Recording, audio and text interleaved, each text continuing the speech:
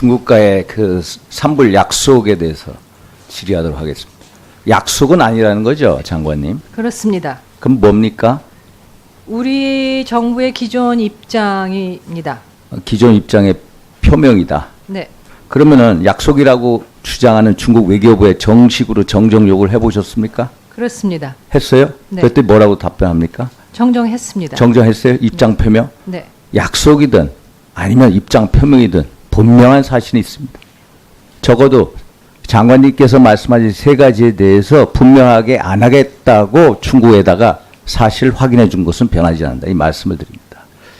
이 세 가지, 그래. MD 체제, 미국 주도 MD 체제에 참여하지 않겠다고 미리 설명해 주고, 또 사드 추가 배치도 없다고 미리 확인해 주고, 또 한미 군사 협력이 한미 군사 안보 동맹으로 발전하지 않을 거다라고 미리 다짐까지 해줬어요.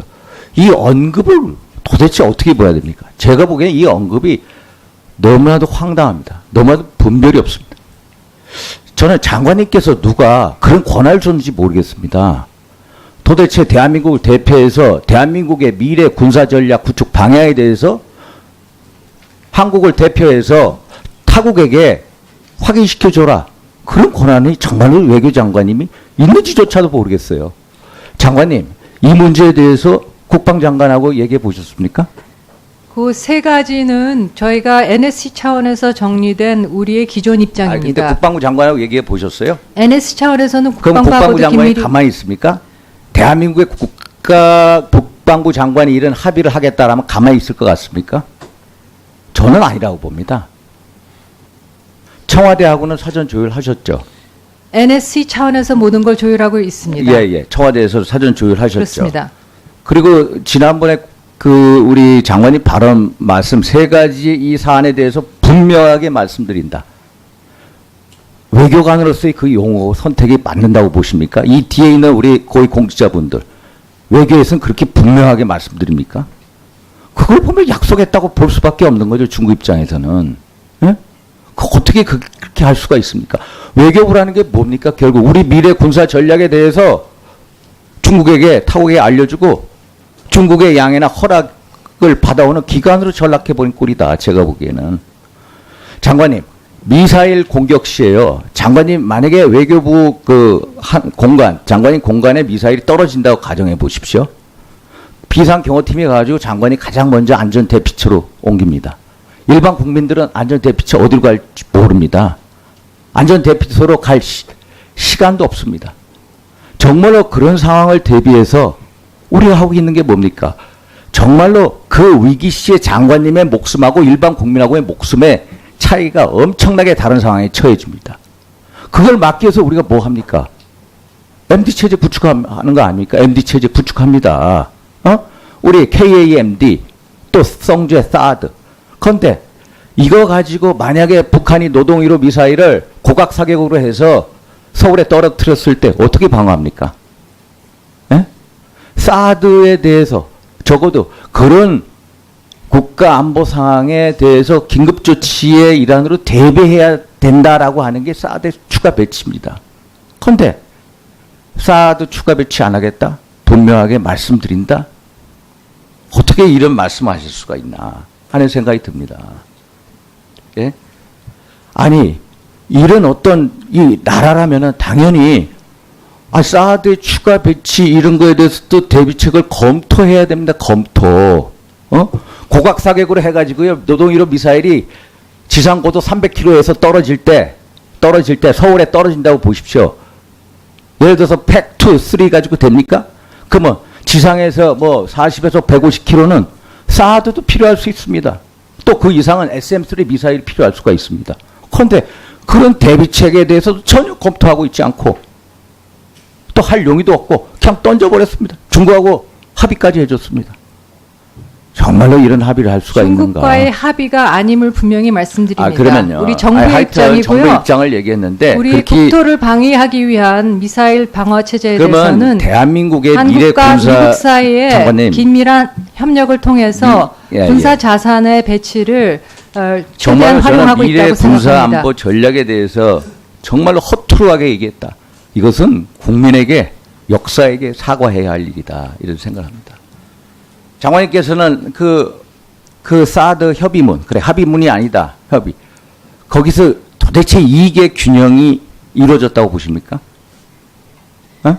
기본적으로 저희가 그 협의를 한 것은요, 우리 예. 국민과 기업이 중국에서 처한 어려움을 해소해야 한다 하는 것이 그러면 기본 사드 보복 목적이었습니다. 자체가 부당한 거 아닙니까? 사드 보복 자체가. 우리 자위권 차원에서 우리 사드를 배치했는데 부당하고 황당한 보복을 당한 거 아닙니까? 그쪽에 설득을 해야죠. 그런데 이익의 균형이 전혀 없습니다. 균형 협의- 자체가 무너졌습니다. 협의 보복 내- 피해 협의 없어지고 과정에서- 당연히 해서는 안 되는 것을 한 중국 측에 대해서 예를 들어서 왜 사드 보복 피해가 이게 부당하다. 왜 언급 자체가 없습니까? 유관 표명도 없고 재발 방지 언급도 없고 우리의 외교 안보 주권을 스스로 허물어 버렸다. 훼손시켜 버렸다. 제가 이 합의문을 보면서. 그리고 그렇게 생각하지 않습니다. 협의 장관님은 과정에서 생각 그 안 부분에 하시겠죠. 대해서는 분명히 얘기를 했습니다. 장관님께서는 여기 뭐 외통에서 그렇게 말씀 안 하시겠죠. 제가 보기에는 정말로 나라의 안보를 생각하는 사람들 입장에서는 이 합의문이 결코 이익의 균형을 맞추지 못한 정말로 삼전도의 굴욕 같은 문서다라는 입장입니다. 그리고 사드 추가 배치 제가 말씀드리지만은 왜 이런 막강한 외교 카드를 스스로 던져버립니까? 예? 외교 카드 아닙니까? 근데 왜 외교 카드를 스스로 집어 던져버립니까? 도대체. 장관님은 정말로 물론 청와대하고 조율해서 해 하셨겠지만은 어떻게 이 막강한 외교 카드를 스스로 던져버립니까? 어? 제가 보기에는 중국은 뜻하지 않은 외교 대박을 터뜨렸고요. 우리는 외교 쪽박을 쳐서 외교 쪽박. 그런데 제가 보기에는 이 모든 게 결국은 제가 보기엔 국가안보실의 작품이다. 황당한 계속해서 나오는 이 황당한 안보 패착들 결코 우리 외교에 도움이 되겠나? 이 뒤에 계시는 우리 외교 고위 공직자 한번 생각해 보세요. 정말 이게 도움이 되겠습니까?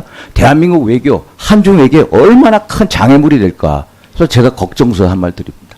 그리고 의원님 발표문에서도 명시되어 있듯이 중국 측과 한중 간 교류 협력 강화가 양측 공동 이익에 부합한다는 데 공감을 분명히 했습니다. 그래서 모든 분야에 지금 그거는 적 상태에 있는 모든 분야의 교류 협력을 정상적인 발전 예, 궤도로 조속히 회복시키기로 합의했습니다. 예. 합의한 것은 그것입니다. 예.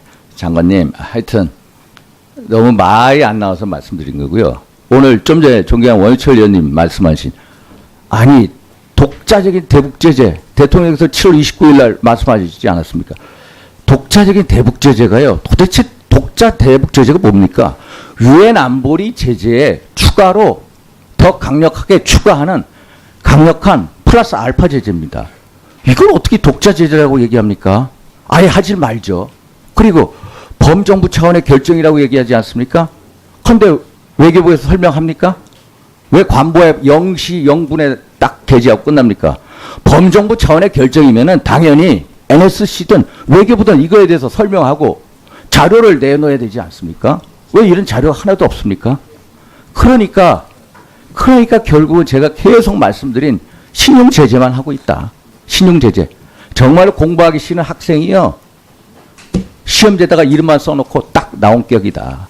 그러니까 제가 지난번에 말씀드린 마이클 그린이 백악관의 입장을 계속 얘기하지 않습니까? 대북 제재 가장 적극적인 나라 일본, 그다음 EU, 그다음 중국, 대한민국 꼴찌다. 이래가지고 어떻게 맨날 대북 제재 압박을 통해서 북핵을 폐기한다 이런 말이 나옵니까? 정말로 도대체 이것을 외교부가 합니까? 통일부가 합니까? 저는요 이 합의 이것도 보면서 뭐예요?